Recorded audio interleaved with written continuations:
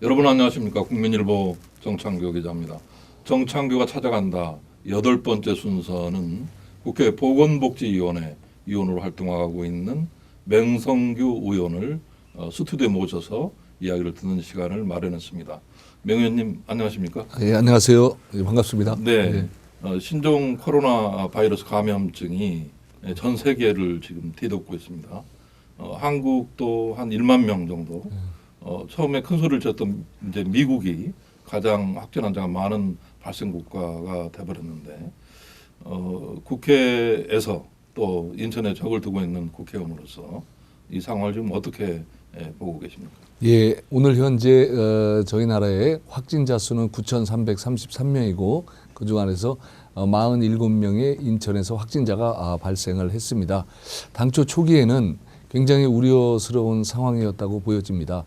그런데 정부하고 의료진 그리고 국민들이 합심해서 이 위기 상황을 잘 넘어가고 있다고 생각을 합니다. 특히 신천지 또 구로 콜센터처럼 집단 감염 사례에 대해서 체계적으로 잘 대응하고 있고요.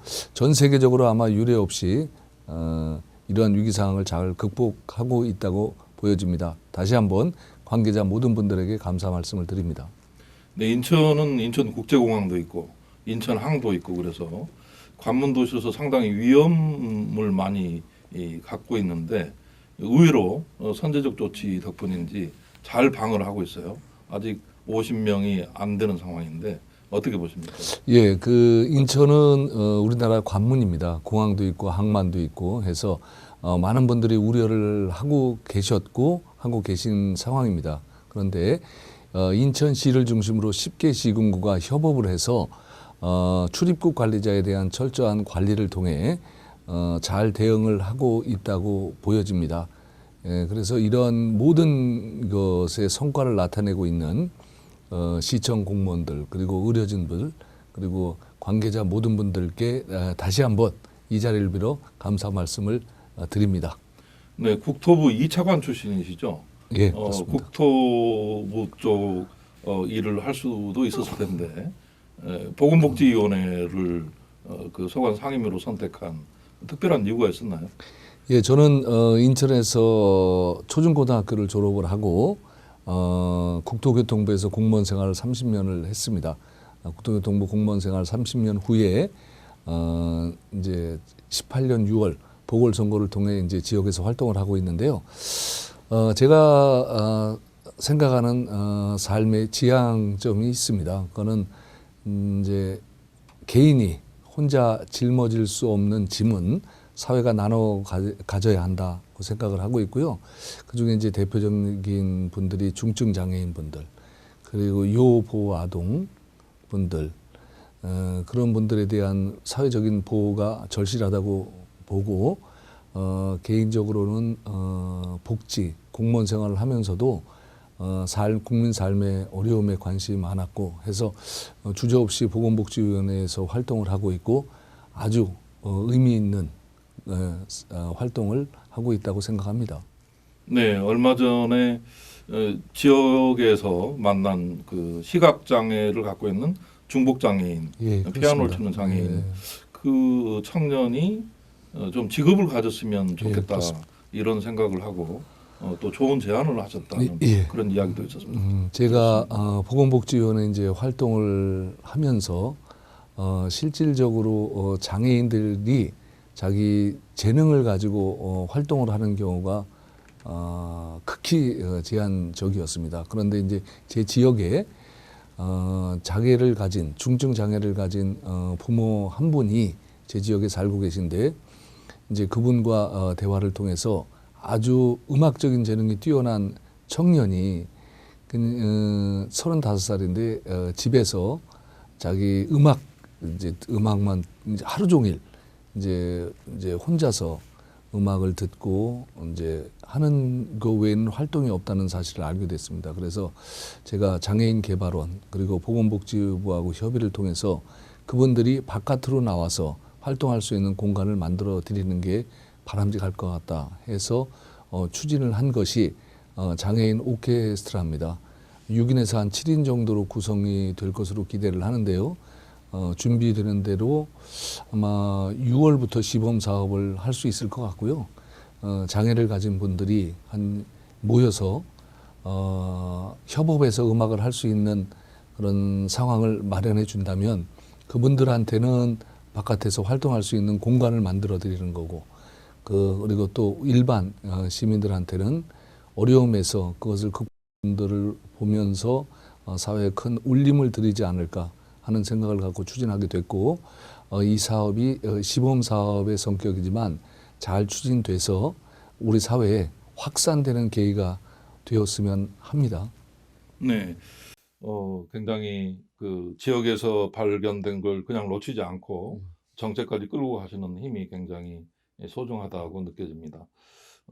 국토부 출신이시다 보니까 그런 특히 교통 분야, 그 가끔 이제 시청에 오셔서 국회의원들 전체 같이 오셔서 말씀하실 때 보면 굉장히 주도적으로 교통 분야 공약에 대해서 말씀하시는 걸 가끔 들었는데, 보면 지금 이제 상대 후보인 유정복 후보도 인천발 KTX라든가 본인이 시장 재임하면서 굉장히 교통 분야에 집중을 하는 모습을 보이고 있습니다. 맹 의원께서 생각하시는 그 교통 분야의 앞으로 진로, 어떤 게 핵심입니까?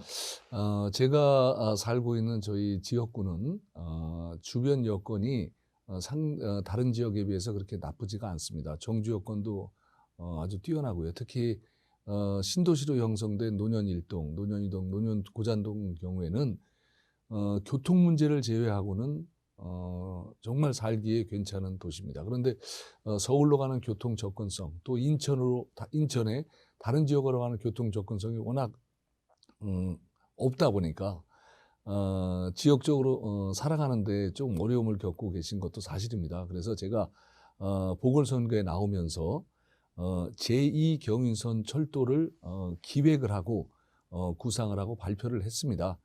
그때 발표한 제2 경인선 철도는 청학역에서 출발을 해서 신현수, 그리고 논현동, 남촌도림, 수산동을 거쳐서 서창, 그리고 시흥하고 부천을 거쳐서 광명, 그리고 광명에서 구로, 노량진까지 가는 철도인데요. 지금 구로 차량기지 사업이 광명으로 이전하는 사업이 확정돼서 추진 중에 있습니다. 그래서 저는 저희 쪽의 노선을 그 이전하는 곳 차량기지에다 갖다 붙이는 그런 아이디어를 내서 추진을 하게 됐고, 이 사업이 계획대로 추진이 된다면 출퇴근 시간을 40% 정도 감축을 합니다. 그리고 9개 노선, 서울 지하철 1, 2, 5, 7, 8호선, 그리고 인천 1호선, 그리고 서해안선, 수인선 등 9개 노선과 환승을 하게 돼서 우리 주민들의 삶이 획기적으로 바뀌게 되는 계기가 됩니다. 또한 아울러서 월곶 판교선에 지금 공사가 진행 중에 있는데 기본 이제 설계 중에 있습니다. 그런데 월곶 판교선을 계획을 할 때 이게 이제 송도에서 출발을 해서 수인선을 타고 월곶까지 오고 월곶에서 판교까지 신선을 놓는 건데 급행은 송도, 다음에 시흥시천역이 됩니다. 그래서 저희 지역에는 급행이 서지 않는데 제가 노년역에 급행이 설 수 있도록 다음 21대 국회에서 추진할 생각입니다. 그러면 노년역에서 광명까지 20분, 판교까지 30분이라, 그리고 이게 나중에 강릉까지 연결해서 갈 수가 있기 때문에 아주 획기적인 철도가 됩니다. 아울러서 저희 지역에는 GTX B 노선이 통과하게 됩니다. 송도에서 출발을 해서 인천시청역, 부평역, 부천체육관역, 여의도, 그다음에 용산, 서울역, 마석까지 가는 건데 이 노선은 지금 예타를 통과를 해서 예비타당성 면제를 받아서 통과를 해서 지금은 기본 계획에 수립 중에 있습니다. 이 사업이 또 역시 계획대로 되면 인천시청역에서 서울역까지 20분대로 거치게 됩니다. 지금 저희 지역구에 신설 철도로 인한 역이 3개가 만들어지게 됩니다. 아울러서 저는 지금 제2 경인선 철도가 만들어지는 서창역에 인천 도시철도 2호선을 연결을 합니다. 인천 도시철도 2호선은 지금 운현역까지 와 있는데요. 정거장 하나를 만들어서 연결을 하면 제2 경인선 철도를 타고 서창에서 갈아타서 저 검단까지, 인천 서구까지 인천 지하철 2호선을 타고 가게 됩니다. 그래서 저희 지역에서 서구로 가는 이동편도 획기적으로 마련하게 됩니다. 이처럼 획기적인 도시철도망을 확충을 합니다. 그런데 그 상대 후보가 지금 제시하는 이 KTX 노년역 정차의 문제는 현실적으로 불가능합니다. 왜냐하면 지금 고속철도는 저상홈입니다. 즉 바로 이 지상에서 바로 탈 수가 있는데 지하철은 고상홈입니다. 이 바퀴가 위에 있어서 바퀴하고 문하고 이게 이 높이가 있습니다. 그래서 그만큼 홈을 또 만들어 줍니다. 근데 노년역은 고상홈이라 저상홈을 고속철도가 다니게 되려면 저상홈을 만들어야 되는데 그렇게 하려면 지금 노년역을 가보셔서 다 아시겠지만 좌우로 15m를 더 확장을 해야 됩니다. 그 얘기는 지금 노년역에 있는 건물 약 한 6동을 부시고 가야 되는 문제가 현실적으로 있습니다. 그래서 현실적으로 불가능하고요. 또한 이제 기술적인 면에서도 좀 어려움이 있는데 그러니까 우리나라 고속철도는 20량이 다니는 게 이제 일반적인 형태입니다. 그게 우리나라가 프랑스에서 고속철도를 수입을 할 때 서울 부산 간에 KTX가 20량으로 이제 달리는데 호남선이 달리면서 10량의 그 고속철도 차량을 개발을 했습니다. 이게 이제 산천 고속철도 그러니까 산천이라는 이제 열차인데요. 그런데 지금 이제 호남선을 가기 위해서는 일반적으로 용산에서 20량이 이제 10량씩 붙어 가다가 전주에서 이제 갈려서 하나는 목포로 하나는 여수로 가거든요. 그런 것처럼 20량이 가는데 우리 그 KTX 송도발 KTX의 경우에도 20량을 붙여서 다니다가 이제 오송에서 갈라져서 10량은 부산, 10량은 목포로 가는 그런 운영 형태를 띠게 됩니다. 그래서 20량을 붙여서 달리려면 지금 노년역은 앞으로 200m를 더 확장을 해야 됩니다. 노년역은 보시면 알지만 지상으로 건설되어 있습니다. 지상으로. 그래서 거기다 말뚝을 다시 받고 200m를 앞으로 간다는 건 현실적으로 정말 어렵고요. 그다음에 이제 고속철도가 다니려면 분기선을 설치해야 됩니다. 그런데 분기선을 설치해야 되는데 공교롭게도 노년역은 분기선을 설치하는 곳이 지상으로 되어 있기 때문에 분기선을 현실적으로 설치할 수 없는 구조가 되어 있습니다. 제가 다시 말씀드려서 노년역에는 KTX가 정차할 수 없다.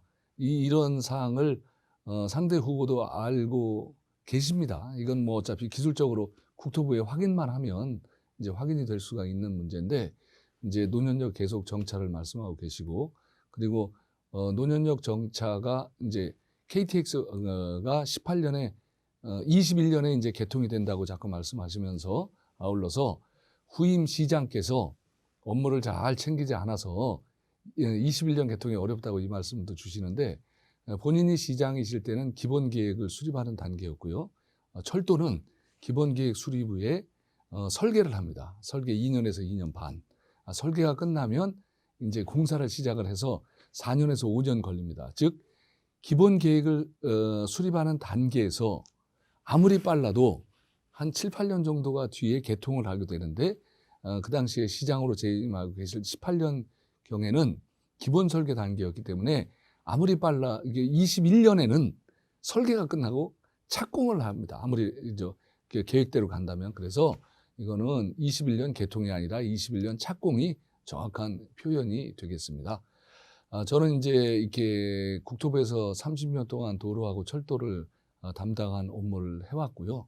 그래서 이 실질적으로 할 수 있는 거를 공약으로 제시합니다. 그러면 앞으로 이제 한 7, 8년 동안 철도를 이렇게 계획만 세우고 아무것도 안 할 거냐? 그게 아니라 그 안에는 이제 저희 아까 이제 제가 잠깐 말씀드렸지만 저희 지역에서 서울로 가는 접근성이 워낙 나쁘기 때문에 지금 광역버스가 운행 중에 있습니다. 근데 광역버스, 특히 논현동에서 다니는 6410 광역버스는 시흥을 거쳐가서 우리 주민들이 편도 한 20분 정도 더 소요되는 그런 어려움을 겪고 계셔서 그 이제 시흥을 거쳐가지 않고 바로 강남으로 가는 노선을 좀 개발을 하고 특히 저희 지역에서는 또 광명으로 가는 노선이 없습니다. 그래서 광명으로 가는 버스 노선을 확충하는 등 제가 구석구석에 필요한 곳에 교통망을 확충해 나갈 계획으로 있습니다. 네, 그것만 잘 되면 뭐 예, 자동차 없이 예, 대중교통만으로도 뭐 서울을 금방 왔다 갔다 할 수 있겠네요. 예, 그 최근에 그 박남춘 시장 페이스북을 보니까 그 코로나19 관련해서 이제 국가 인프라 중에 하나로 감염병 전문 병원에 대해서 의원께서 이렇게 발의해 준 거에 대해서 고맙다는 표현도 있고, 이어서 보니까 시의회에서도 이걸 국회나 정부에 건의하겠다 이런 보도 자료가 나왔던데요. 그건 어떻게 되고 있습니까? 예, 이제 감염병 전문 병원을 이제 보건복지부가 전국적으로 당초에는 한 5개 정도 그러니까 설립하려고 기획을 해서요. 호남권에는 이미 운영 중에 있습니다. 그리고 중부권하고 영남권에 이제 추가로 한 군데씩 더 설치할 계획으로 있고, 그런데 당초에 연구 용역에는 인천하고 제주도가 포함된 5군데의 감염병 전문 병원의 설립이 제한돼 있었습니다. 제가 이번에 이제 그 추경 예산 심의 과정에서 이 코로나 바이러스 이런 19처럼 이런 상황이 벌어졌을 때 진짜로 필요한 데는 안 해주고, 이거 물론 다른 지역도 필요하겠지만 우리나라 외국인들도 그렇고 관문인 인천과 제주도를 빼놨다는 게 너무 조금 받아들이기 어려워서 강하게 문제 제기를 했고요. 그래서 이제 보건복지위원회에서는 추가적으로 이제 그 인천하고 제주도 포함해서 4군데를 추가로 신설하는 것으로 예산이 올라갔는데 예결위 심의 과정에서 제동이 걸렸습니다. 그게 이제 뭐냐면 예비 타당성 조사에 대한 조치를 저희가 못 받았어요. 영남권하고 중부권은 면대 조치를 받았는데 네. 인천하고 제주도는 그런 조치, 선 조치가 없었습니다. 그래서 기재부하고 협의를 해서 가장 그 예비 타당성 조사를 면제하거나 아니면 기간을 단축할 수 있는 조치를 취하기로 합의를 했고, 이제 그 합의를 이제 한 과정을 바탕으로 해서 늦어도 내년도 예산에는 그 설계비를 반영시킬 계획입니다. 그래서 지금 예산이 빠진 문제는 예비타당성 조사 과정 그 자체에 문제가 있었기 때문에 절차를 보완을 해서 내년도에는 예산을 반영시키고 우리나라 관문인 인천하고 제주도에도 감염병 전문 병원이 설립되도록 추진하겠습니다. 감염병 전문 병원이 설립되면 저희 같은 인천에 같은 경우에는 위치가 아마 영종도가 될 것 같고요. 네. 예, 영종도에 사시는 주민들도 이제 병원 저 서비스를 종합병원이 종합병원 필요하거든요. 종합병원 서비스를 같이 받으실 수 있을 겁니다. 그래서 좋은 뉴스인데요. 예, 제가 영등포 사를 그렇습니다. 같이. 네, 예, 이번에 그러니 코로나19를 통해서 그 선제적 조치로 인천이 상당히 돋보이는 역할을 했는데 이것의 결과물을 우리 또 만들어야 하는데 그 감염병 전문 병원이 인천에 또 중요한 인프라로 세워져서 공항도 안전하게 이용하고 또 세계를 오가는 사람들이 인천에 가면 안전하다 이런 느낌을 줄 수 그렇습니다. 있는 예, 당연히. 그래서 좀 시너지 효과가 나서 경제도 살고 우리 시민들의 삶도 윤택해졌으면 좋겠습니다. 예. 오늘 명성규 의원 바쁘실 텐데 그 자리를 함께 해주셔서 또 좋은 이야기 많이 들려서 감사합니다. 안녕히 계십시오. 예, 감사합니다.